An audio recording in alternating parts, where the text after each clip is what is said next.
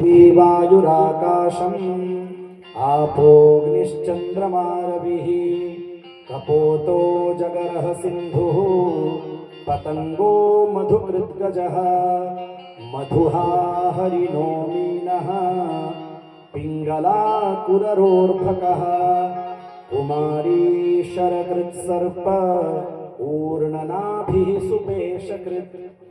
ये 24 गुरु हैं। सबसे पहले पृथ्वी को इन्होंने गुरु बनाया। दत्तात्रेय कहते हैं पृथ्वी से मैंने क्या सीखा, तो पृथ्वी से मैंने सहनशीलता सीखी। पृथ्वी के ऊपर न जाने हम जाने अनजाने कितने अपराध करते हैं। स्योना पृथिवीनो भवारक्षरा निवेशनी यच्छा न शर्म प्रथाः।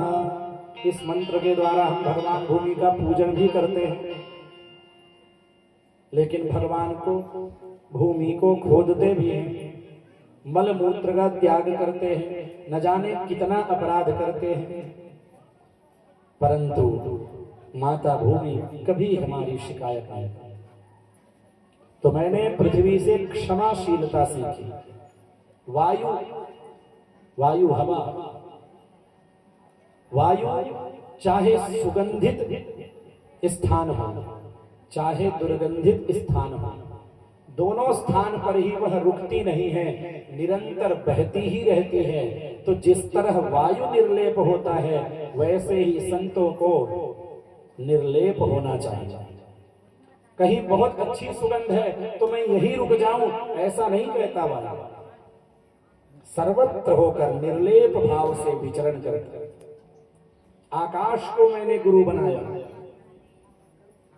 सभी के बारे में बताते हैं, सभी से मैंने कुछ न कुछ शिक्षा ग्रहण किया है। अग्नि से मैंने सीखा कि अग्नि गुण और दोष नहीं देखती।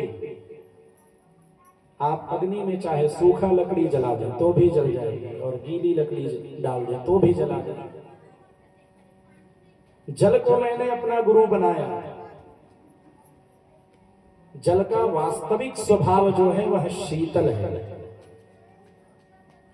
अब आप कहेंगे हम तो जल को गर्म भी देखते हैं, तो वो वास्तव स्वरूप नहीं है। पर चाहे आप कितना भी जल को गर्म कर दें, थोड़ी देर बाद पुनः वो अपने वास्तविक अवस्था पर आ जाएगा।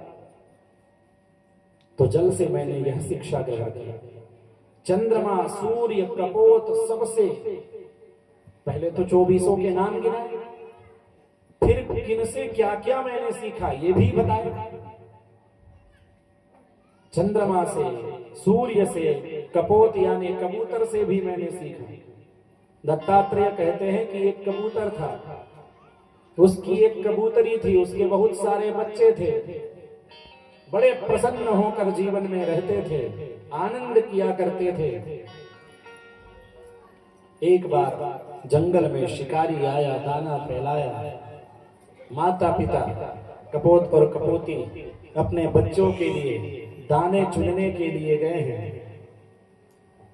इधर शिकारी आया, एक पेड़ के पास जाल बिछाया, कुछ दाने उसने बिखराए।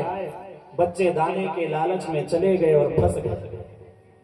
उधर से जब दोनों वापस आए तो अपने बच्चे को फंसा देखकर कबूतरी भी जाल में फंस गई।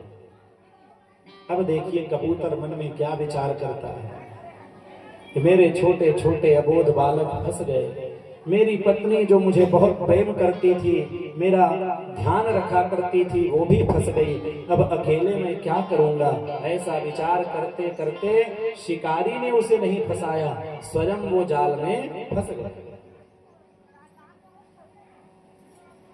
तो ये वास्तव में हमारी अपनी आपकी ही कहानी है। यही तो हम भी किया करते हैं। विषयों में आसक्त होकर संसार से प्रेम कर बैठते हैं, और काल रूपी शिकारी आता है, जाल फैलाता है, और हम काल के जाल में समाहित हो जाते हैं।